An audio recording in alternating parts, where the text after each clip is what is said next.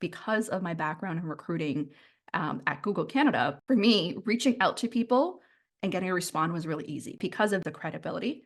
I was invited to speak at a lot of professional associations, schools, through events.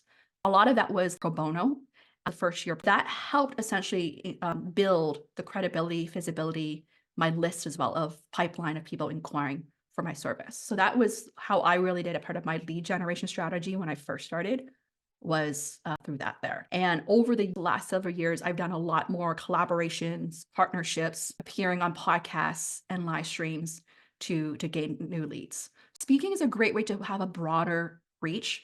I had a couple years ago, there was this podcast I went on that I actually follow, How to Be Awesome at Your Job podcast by Pete Mockaitis, very popular podcast.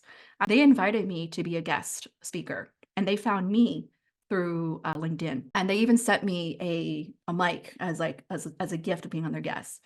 Little did I know that 30-minute conversation led to also leads of people inquiring for my interview coaching services because the talk was around how to land interviews. And so something to think about is even when you talk, what can you talk about that also highlights your services without feeling you're selling, but you're just naturally talking about a pain point, a solution, how you tackle it that people will want to engage with you.